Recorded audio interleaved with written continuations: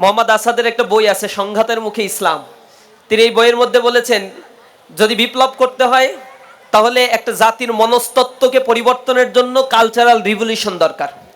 আর কোনো জাতিকে যদি গোলামির জিঞ্জিরে আবদ্ধ রাখতে হয় তাহলে সে জাতির সর্বপ্রথম তাকে সাংস্কৃতিক আগ্রাসন দিয়ে, কালচারাল হিজিমনি দিয়ে সে জাতিকে ক্লস করে ফেলতে হবে, এরপরে সে জাতির মনস্তত্ত্বকে ধ্বংস করে দিতে হবে।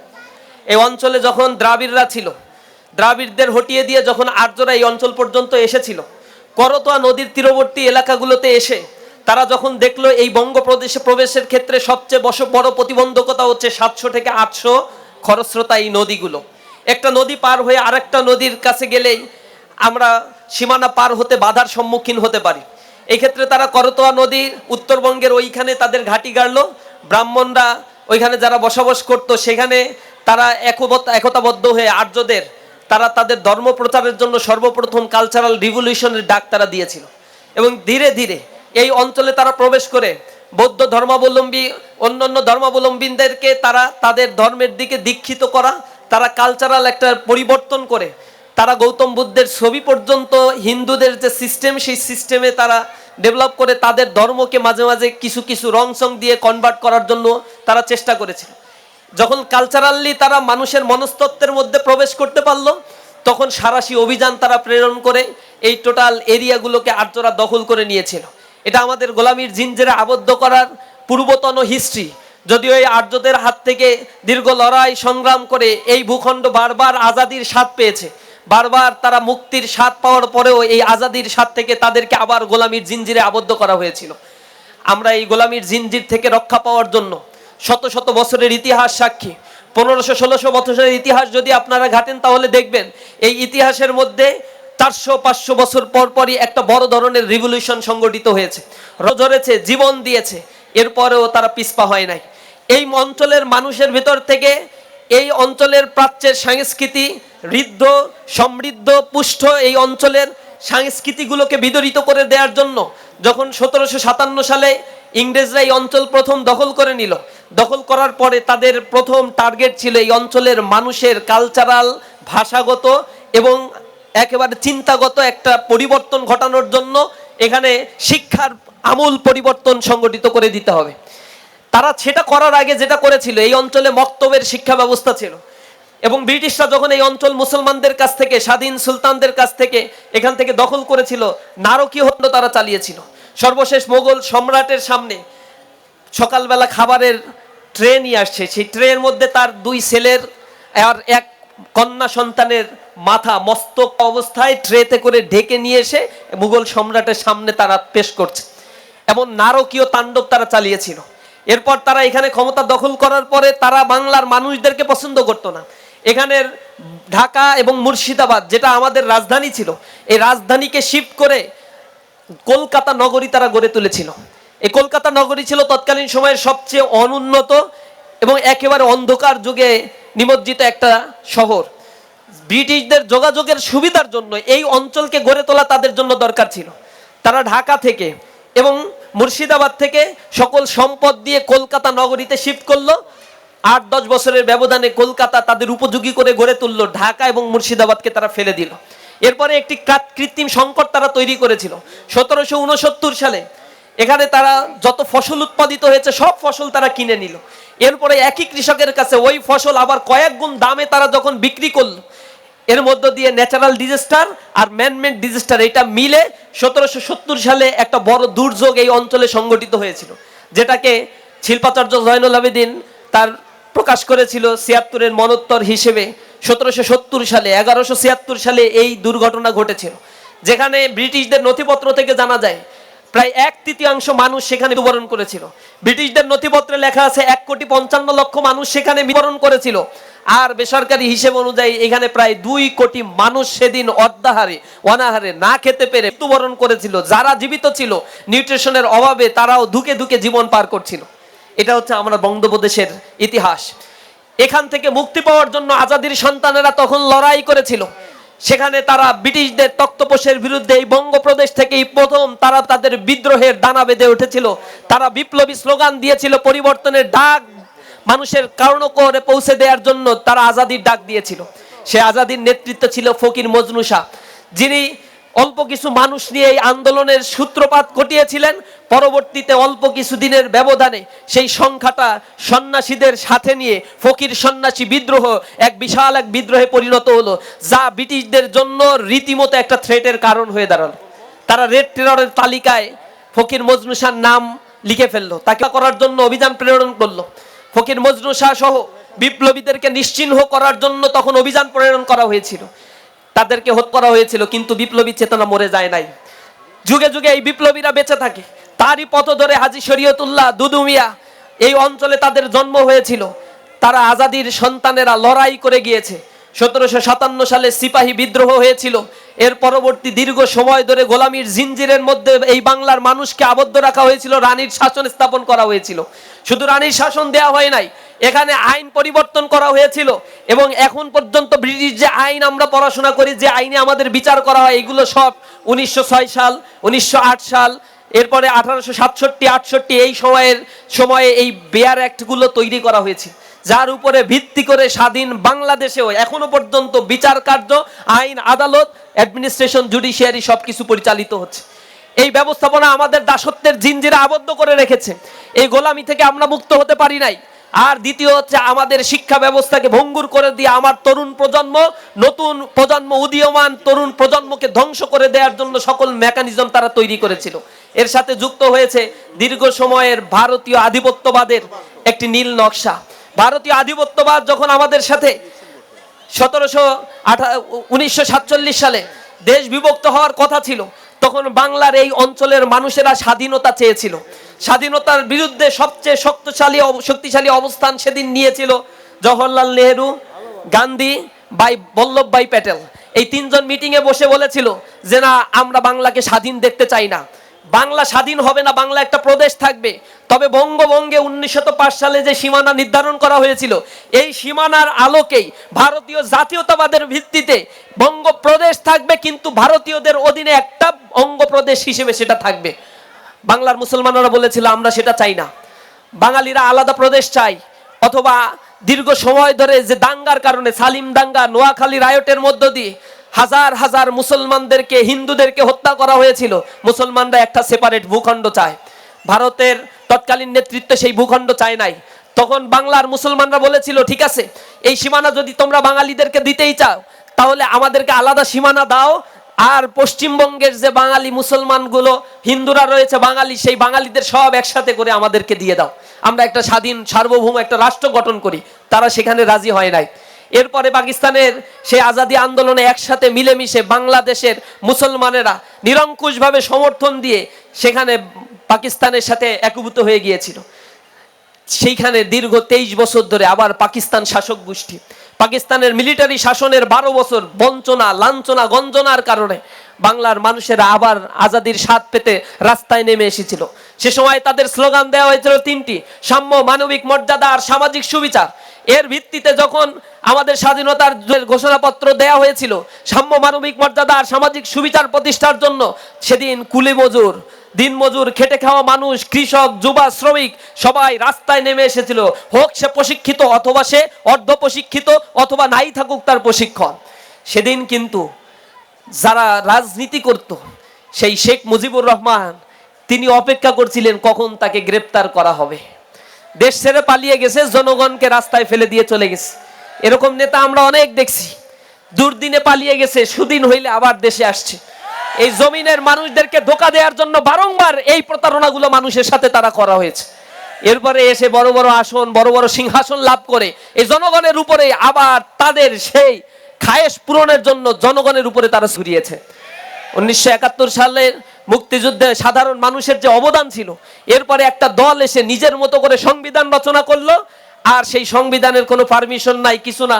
1971-এর আগে যেই গণপরিষদ তৈরি হয়েছিল 1970 সালের নির্বাচনে, যে নির্বাচন ছিল প্রচন্ড কারচুপি এবং একেবারে এক কেন্দ্রিক, একচেটিয়া ব্যালট বাক্স চুরি করার একটা নির্বাচন। সেই নির্বাচনে যারা নির্বাচিত হয়েছিল একটা দলের মধ্য দিয়ে, তাদেরকে নিয়েই তারা আবার সেই সংবিধান গণপরিষদে তারা পাশ করেছিল। এটা মুক্তিযুদ্ধে যারা অংশগ্রহণ করেছিল, বীর সেনানী যারা সেনাপতি ছিল, সেক্টর কমান্ডার ছিল, তাদের সাথে স্পষ্ট উপহাস। এ কারণে সেক্টর কমান্ডাররা বিদ্রোহ করেছিল। মেজর আব্দুল জলিল বিদ্রোহ করেছিল, তাকে কারাগারে নেওয়া হয়েছে, তাকে মানে একেবারে স্বাভাবিক মৃত্যুবরণ করতে দেওয়া হয় না। একটা সেক্টর কমান্ডারও স্বাভাবিকভাবে মৃত্যুবরণ করতে পারে নাই। এই দেশের পক্ষে যখন কথা বলেছে তখন তাদেরকে জেলে নেওয়া হয়েছে, এক্সট্রা জুডিশিয়াল কিলিং করা হয়েছে তাদেরকে। এটা ছিল এই দেশের ইতিহাস, যে ইতিহাসগুলো শুনতে দেওয়া হয়নি, বলতে দেওয়া হয়নি। যারা আমরা বলেছি তাদেরকে কারাগারে অন্ধকার প্রকোষ্ঠে আয়না ঘরে নিক্ষেপ করা হয়েছিল, জুলুম নির্যাতন করে মুখ বন্ধ করা হয়েছিল, মিডিয়া ট্রায়ালের মাধ্যমে আমাদেরকে আলাদা করে দেওয়া হয়েছিল। জাতির মধ্যে একটা ফেতনা ফেসাদ আর বিভাজনের রাজনীতি তৈরি করে দেশকে এগিয়ে যেতে দেওয়া হয় নাই। 1972 সালের পর থেকে এই দেশে রীতিমতো সেই এক নারকীয় হত্যাযজ্ঞ, এক দলীয় নীতি, বাকশাল কায়েম করে মানুষের সকল বাক স্বাধীনতাকে হরণ করা হয়েছিল। 1974 সালে দুর্ভিক্ষ তৈরি হয়েছিল তাদের লুটপাট করার কারণে, আওয়ামী ফ্যাসিবাদের লুটপাটের কারণে। তখন মানুষ অতিষ্ঠ হয়ে গিয়েছিল, আর সেখানে এক চরম এক প্রাকৃতিক দুর্যোগের কারণে মানুষ না খেতে পেরে আবার সেই আরেকটা দুর্যোগের মুখে এই বাংলার মানুষ পতিত হয়েছিল, যার অনিবার্য পরিণতিতে 1975 সালে শেখ মুজিবের উপরে আক্রমণ করা হয়। একটা মানুষও সেদিন রাস্তায় নেমে বিদ্রোহ করে নাই, একটা মানুষও সেদিন রাস্তায় নেমে এর প্রতিবাদটাও করে নাই। মানুষ বুঝেছিল যে দেশটা হয়তো কিছুটা মুক্তি পাবে, স্বাভাবিক গণতন্ত্রের ধারা এখন প্রবাহিত হবে। কিন্তু কিছুদিনের ব্যবধানে স্বৈর শাসকের স্বাদ আবার এই দেশকে কুক্ষিগত করে রেখে এই দেশকে আবার স্বৈর শাসনের করাল গ্রাসে নিমজ্জিত করে মানুষের অধিকারগুলোকে হরণ করেছিল। 1990 সালে মানুষ রাস্তায় নেমেছিল, জীবন দিয়েছিল, কিন্তু দুর্ভাগ্যে জাতি বারবার জীবন দেয়, আর এরপরে যারা ক্ষমতায় আসে তারা দেশকে লুটে পুটে খাওয়ার জন্য অস্থির হয়ে যায়। পরবর্তীতে যখন গণতন্ত্রের কিছু স্বাভাবিক ধারা প্রবাহমান ছিল, কনস্পাইরেসি করা হয়েছিল। ভারতীয় আধিপত্যবাদ এখানে মাথাচাড়া দিয়ে এসেছে। রয়ের এস্টাবলিশমেন্ট যখন প্রতিষ্ঠিত হয়ে গিয়েছিল, তারা এদেশের জনগণের দৃষ্টি ফেরানোর জন্য তাদের কালচারাল হিজিমনি এখানে স্টাবলিশ করেছিল। তাদের ভারতীয় সব চ্যানেলগুলো এখানে তারা চালু করে দিত, বাংলার কোনো চ্যানেল ভারতীয় চ্যানেল চালু করা হয় নাই। তারা তাদের মতো করে একটা প্রেসক্রিপ্টের শিক্ষা ব্যবস্থা চাপিয়ে দিছে, যে শিক্ষা ব্যবস্থায় শিক্ষিত হওয়ার পরে চাকরি পাওয়ার জন্য আরো 4 বছর পড়াশোনা করতে হয়। যে শিক্ষা ব্যবস্থায় শিক্ষিত হওয়ার পরে মায়ের চোখের পানি ঘোষে না, বাবার জন্য ওষুধ কেনার টাকা সন্তান জোগাড় দিতে পারে না, একটা চাকরির অভাবে অর্ধাহারে অনাহারে জীবন পার করে, আবার বিপ্লবের ডাক দিতে হয়, এমন একটা শিক্ষা ব্যবস্থার অভিশাপ আমাদের ঘাড়ে চাপিয়ে দেওয়া হয়েছিল। ফ্যাসিবাদ তখন তাদের মতো করে নিজস্ব আঙ্গিকে একটা ডেভেলপমেন্ট করলো, বলল উন্নয়নের মহাসড়কে জনগণকে উঠাই দিবে। এই মহাসড়কে জনগণকে উঠিয়ে দিয়ে তলা সব ফাঁকা করে দিয়ে $234 বিলিয়ন দেশের বাইরে পাচার করে দিছে। যে টাকাগুলো এই দেশের মধ্যে থাকতে 7 বছরের ডেভেলপমেন্ট বাজেট বাংলাদেশে করা সম্ভব ছিল।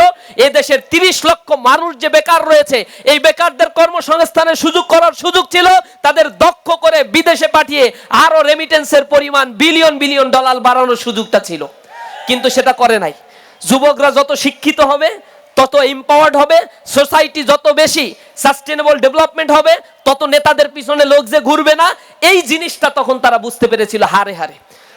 তারা ডেভেলপমেন্ট করেছে এক্সপ্রেসওয়ে, টানেল, বঙ্গবন্ধু সেতু, এই সব করে করে এরপরে জনগণকে বুঝাইছে আমরা তো অনেক কিছু করছি, বিশাল ডেভেলপমেন্ট করে ফেলছি। ওদিকে সম্পদের পাহাড় এমন কুক্ষিগত করা হয়েছে, 5% মানুষের কাছে 95% সম্পদ জব জিম্মি হয়ে গেছে।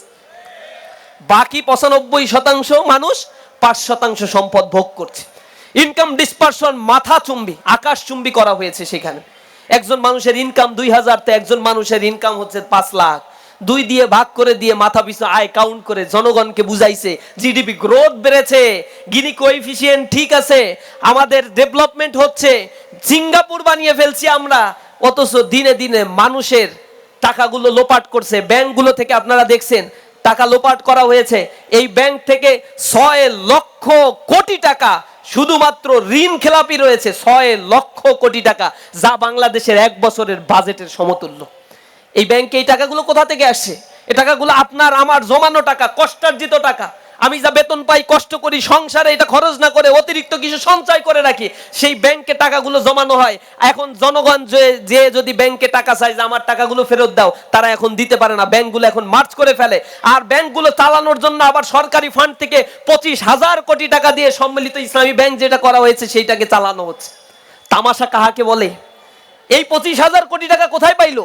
এই 25,000 কোটি টাকা আসছে আপনি আমি যে ট্যাক্স দেই, ইনডিরেক্ট ট্যাক্সের টাকা, এই পাঞ্জাবি কিনে, এই টুপি কিনে পরিয়ে ওইটারও 15% ট্যাক্স দিতে হয়। এই ট্যাক্সের টাকা সরকারের ফান্ডে জমা হয়, সেখান থেকে এই ব্যাংকে আবার দিয়ে ঠান্ডা করে, ব্যাংক চালায়। আপনার টাকা এইখান থেকে নিয়ে ওইখানে দেয়, আবার ব্যাংকে আপনি জমা দেন, ওইখান থেকে লোপাট করে নিয়ে ঋণ খেলাপিরা বিদেশে টাকা পাচার করে। এই ঋণ খেলাপিদেরকে আবার একটা দল মনোনয়ন দিয়েছে সংসদ সদস্য বানানোর জন্য। You can't imagine, you can't imagine কত লাফিং অ্যাক্টিভিটিস করতেছে আমাদের দেশের জনগণকে। 26,000 কোটি টাকা, 26,000 কোটি টাকা ঋণ খেলাপির দায়ে অভিযুক্ত মানুষদেরকে আবার সংসদ সদস্য বানাবে। এরা যখন সংসদ সদস্য হবে, তারা আবার এই ব্যাংকগুলো লোপাট করবে না? এ জাতি কি মুক্তি পাইল? এত রক্তের তাহলে পরিণতিটা কোথায় চলে যাচ্ছে? জিম্মি হয়ে গেছে একটা ভিসা সার্কেলের কাছে, দুষ্ট চক্রের কাছে। রক্ত দেয় কারা আর বেনিফিশিয়ারি হয় কারা? এখন আর সেই তামাশা চলবে না। জাতি এখন জেগে উঠেছে ইনসাফের পক্ষে, ন্যায়ের পক্ষে, কল্যাণ প্রতিষ্ঠার জন্য। এখনো দিয়ে হলো আগামীর বাংলাদেশকে আমরা বিনির্মাণ করব ইনশাআল্লাহ। আমরা এই বাংলাদেশ একসাথে, আমরা সেই বাংলাদেশকে গড়ে তুলবো, যেই বাংলাদেশে আমার স্বাধীনতা থাকবে, আমার বাংলাদেশের সার্বভৌমত্ব টিকে থাকবে, যেই বাংলাদেশে আমার পরবর্তী প্রজন্ম অর্ধাহারে অনাহারে থাকবে না। চাকরির জন্য তাকে রাস্তায় রাস্তায় দৌড়াতে হবে না। লেখাপড়া শেষ করার সাথে সাথেই যার চাকরির নিশ্চয়তা যারা দিতে পারবে, আগামীর বাংলাদেশ তাদের কাছেই নিরাপদ হবে। কোন লোপাটকারী, দুর্নীতিবাজ, সন্ত্রাস আর চাঁদাবাজকে আর আমরা বাংলায় দেখতে চাই না। এজন্য আর একটা কালচারাল বিপ্লব দরকার, কালচারাল রিভলিউশন দরকার। সেই সাংস্কৃতিক বিপ্লব আমাদের মনে মনে গেঁথে দিতে হবে। এই দেশের সঠিক ইতিহাসগুলো আমাদেরকে জানতে হবে। এ জাতিকে আবার জাগ্রত করতে হবে। আমরা হাজী শরীয়তুল্লাহর উত্তরসূরি, আমরা তিতুমিরের উত্তরসূরি, আমরা মুসা বিন নুসাইরের উত্তরসূরি, আমরা তারেক বিন জিয়াদের উত্তরসূরি। আমরা দিতে পারি, কিন্তু কলবেনিয়াদের কাছে আমার ভূখণ্ড আমি ইজারা দিতে পারি না।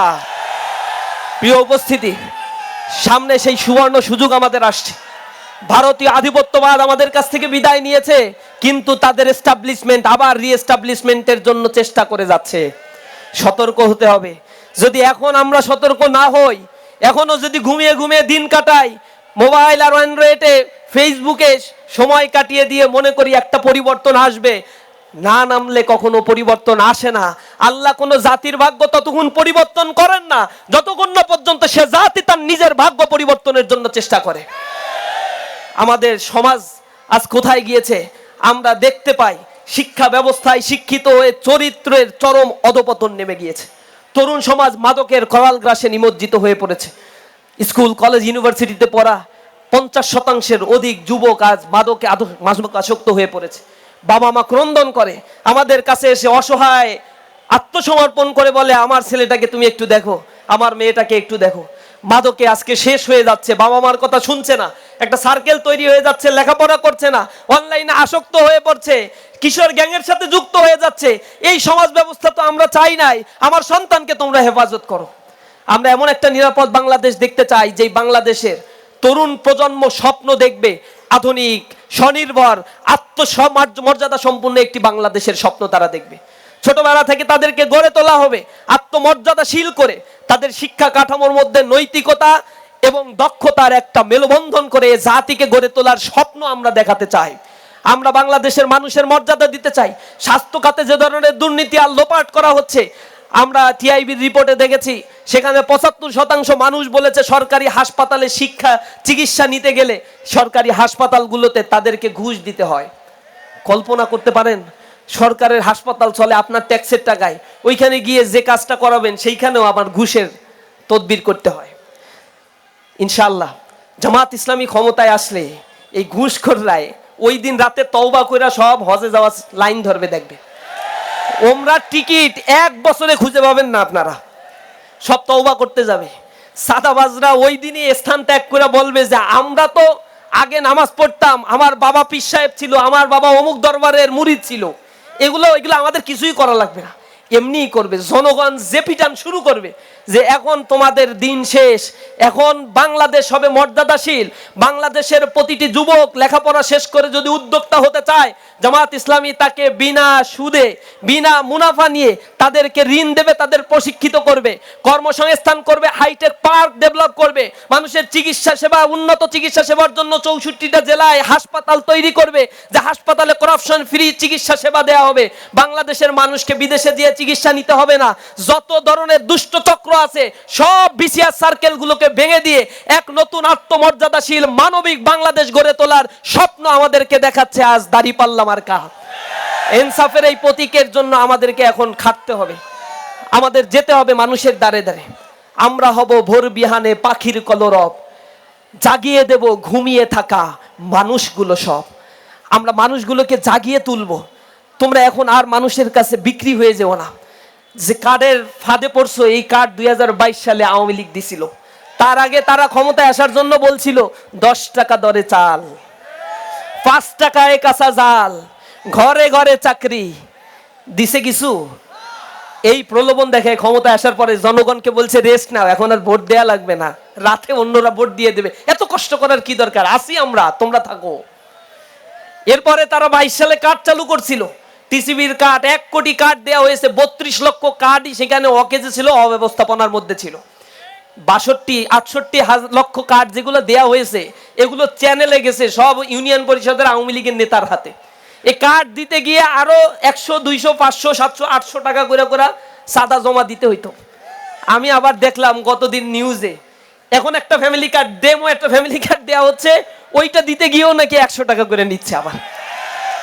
তা আমার তো মনে হয় যে 4 কোটি কার্ড দিতে চাইছে তারা, ওই 4 কোটি লোকের আল্লাহর কাছে তওবা পড়া উচিত, কারণ ওই কার্ড দেখে দেখে সামনের দিন চাঁদা দিতে হবে, তাদের কার্ডদারীদেরকে চাঁদা দিয়ে এরপরে কার্ড রিনিউ করে নিতে হবে। টাকা নেয়া তো দূরের কথা, পরে বলবে ছেড়ে দে মা কান্দে বাসি। এই প্রলোভনের ভিতরে না পড়ে আমরা বলছি এটা কোনো সলিউশন হতে পারে না একটা রাষ্ট্রের। একটা রাষ্ট্রের জনগণের কাছে একটা স্মার্ট কার্ড থাকবে, সে নাগরিক সকল সুযোগ সুবিধা পাবে, যেটা চায়নায় রয়েছে, সিঙ্গাপুরে রয়েছে, হংকংয়ে রয়েছে, সুইডেনে রয়েছে, ডেনমার্কে রয়েছে। নাগরিক কার্ড একটাই থাকবে, সবাই সমান অধিকার প্রাপ্ত হবে এই রাষ্ট্রে, এটা সাংবিধানিক অধিকার। আমার একটা কার্ড আমার কাছে থাকবে, এই কার্ডের ব্যাপারে জামাত ইসলাম বলছে যারা 5 বছরের নিচে যে শিশুরা আছে তাদের চিকিৎসা ফ্রি হবে, 60 বছরের ঊর্ধ্বে যারা চলে যাবে তাদের চিকিৎসা সেবাও ফ্রি করে দেবে জামাত ইসলাম। ওই একটা নাগরিক কার্ড তার কাছে থাকলেই হবে, ওইটা ডিজিটালাইজেশন করা হবে, এআই হাব তৈরি করা হবে, তরুণ প্রজন্মকে প্রশিক্ষণ দিয়ে এরপরে কম টাকায় মিনিমাম চার্জে অথবা কিছু কিছু ক্ষেত্রে বৃত্তি দিয়ে বিদেশে উচ্চ শিক্ষা এবং কর্মসংস্থানের মর্যাদা সম্পন্ন কর্মসংস্থানের ব্যবস্থা করবে। এই দেশের ভিত্তি দাঁড়িয়ে আছে রেমিটেন্সের উপরে। মনে রাখবেন এই দেশে $44 বিলিয়ন রেমিটেন্স আসে। এই রেমিটেন্স 2 মাস বন্ধ হয়ে গেলে এ দেশে বড় ধরনের ইনফ্লেশন, কিছু কিছু ক্ষেত্রে 3-4 মাসের ব্যবধানে স্ট্যাগফ্লেশন তৈরি হয়ে যেতে পারে। এই রেমিটেন্স যোদ্ধাদেরকে মর্যাদা দেওয়া হয় না। আবার বিদেশে যেতে চায় যারা, তাদের কর্মসংস্থানের জন্য ট্রেনিং দেওয়া হয় না। ভাইরাই অধিভুক্ত একটা দুষ্ট চক্র এখানে কাজ করে, সেখানে বিদেশে কেউ যেতে চাইলে কয়েক গুণ টাকা সেখানে পে করতে হয়। মধ্যস্বত্বভোগিতার কারণে আনস্কিল্ড লেবার পাঠিয়ে এই লেবাররা বিদেশে গিয়ে অনেক কষ্ট করে তাদের সার্ভাইভ করতে হয়, দেশের জন্য তারা কষ্ট করে, আর তাদের কোনো মর্যাদা দেওয়া হয় না। এক দল বলছে না যে বিদেশের ওদের আবার কিসের না আছে নাকি, ভোটাধিকার দেওয়ার দরকার আছে ওদের, ওরা দেশের নাগরিক না, ওরা দেশের জন্য লড়ে, আর বলে যে ওদের ভোটাধিকার দেওয়ার দরকার আছে। সেই হাই ভোল্টেজ নেত্রী আবার বলছে ধর্মের জন্য ইসলাম নাকি খুবই ক্ষতিকর, কতটা কপাল পোড়া। আবার তার হাজবেন্ড দেখি আল্লাহ বিল্লাহ করতে থাকে, সকাল আর বিকাল জপতে থাকে, একটা ধর্ম ব্যবসায়ীর দলে পরিণত হয়েছে। জাতীয় ধর্ম ব্যবসায়ীদের এখন চিনে নেবে ইনশাআল্লাহ। আমরা আমাদের বাংলাদেশকে, আগামীর বাংলাদেশকে গড়ে তুলবো ইনশাআল্লাহ। যুব শ্রেণী আজ জেগে উঠেছে। ইউনিভার্সিটিগুলো আপনারা দেখছেন না, ছাত্রদের রায় কোথায় গিয়েছে? ছাত্ররা এখন পরিবর্তন চায়, বলে ইউনিভার্সিটির এই ইলেকশন কোনো প্রভাব ফেলবে না। আমরা বলছি ফেলার দরকার নাই, 12 তারিখে দেখলেই হবে খেলা। খেলা যে কোন লেভেলে চলবে তখন সেটা বুঝতে পারবা ইনশাআল্লাহ। তোমাদের ওইগুলা নিয়ে চিন্তাও করার কোনো দরকার নাই। এই ইউনিভার্সিটির ইলেকশন যাতে না হয়, কি না করছে তারা, পিছাইতে ইউনিভার্সিটির অথরিটি শিক্ষার্থীদের মাথা খারাপ করে ফেলছে।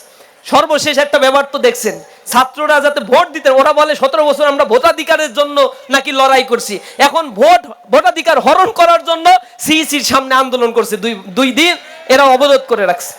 শেষমেশ যখন দেখে যে কাজ হচ্ছে না, তখন সর্বশেষ দিন হাইকোর্টকে ব্যবহার করে হাইকোর্টে তাদের আইনজীবীদেরকে নিয়ে জোরপূর্বক হাইকোর্টের স্টে অর্ডার দিয়ে নির্বাচন বন্ধ করতে বাধ্য হয়েছে। কিসের ভয়? ভয়টা কিসের? হারার ভয়ে খেলে না। এই ভয়টা এখনো আবার শুরু হয়ে গেছে, দুরু দুরু করতেছে, দেখবেন দুরু দুরু করতেছে। আমরা চাই বাংলাদেশ সবাই মিলে ঐক্যবদ্ধ একটি বাংলাদেশ আমরা গড়ে তুলি। তাদের পরিবর্তন হওয়া উচিত, পরিবর্তন হওয়া উচিত। জুলাইয়ের বিপ্লবের পরেও যদি তাদের বোধোদয় না হয়, তাহলে তাদের বোধোদয় আর আল্লাহ ছাড়া আর কেউ করতে পারবে না। নিকট অতীত থেকে শিক্ষা নেওয়ার জন্য আমরা তাদের বলবো, দীর্ঘদিনের তারা আমাদের সঙ্গী ছিল, জুলুম নির্যাতনের শিকার হয়েছে, আমরা একসাথে জেলে এক পাশে বসে বসে খাবার খেয়েছি, কত ঘনিষ্ঠতা ছিল, কিন্তু ক্ষমতার মোহ তাদেরকে আবার সেই নষ্ট পথে নিয়ে যাচ্ছে। অন্য কেউ তাদেরকে হয়তো প্রলোভন দেখাচ্ছে। আমরা বলবো সোজা পথে আসেন, জনগণ যদি আপনাদের ম্যান্ডেট দেয়, আমরা ঐক্যবদ্ধভাবে সবাই মিলে এই বাংলাদেশকে গড়ব, কারণ আপনি আমি সবাই এই বাংলাদেশেরই নাগরিক। সুতরাং সামনের দিনের জন্য আমরা সবাই প্রস্তুতি নিব। যারা পালিয়ে গিয়েছে এরা এখনো দেশের মধ্যে, তাদের দোসররা আছে, জুডিশিয়ারিতে, অ্যাডমিনিস্ট্রেশনে, ডিফেন্স ফোর্সে আছে। এদেরকে প্রতিহত করতে রাস্তায় দাঁড়িয়ে থাকতে হবে। ফুলিতেছে তরি, দুলিতেছে তরি, ফুলিতেছে জল, ভুলিতেছে মাঝি পথ, ছিড়িয়াছে পাল, কে ধরিবে হাল, আছে কার হিম্মত। কে আছো জোয়ান, হও আগুয়ান, হাকিছে ভবিষ্যৎ, এ তুফান ভারী, দিতে হবে পারি, নিতে হবে তরি পার। আমরা এই তুফান ভারী পথে আমরা তরি পার করবই। আমাদের কণ্টকাকীর্ণ পথকে আমরা আমাদের দুর্জয় সাহস দিয়ে রুখে দেব ইনশাআল্লাহ। সবাইকে আগামীর বাংলাদেশ গড়ে তোলার উদাত্ত আহ্বান জানিয়ে আমার কথা শেষ করছি। আসসালামু আলাইকুম রহমতুল্লাহি ওয়া বারাকাতুহু।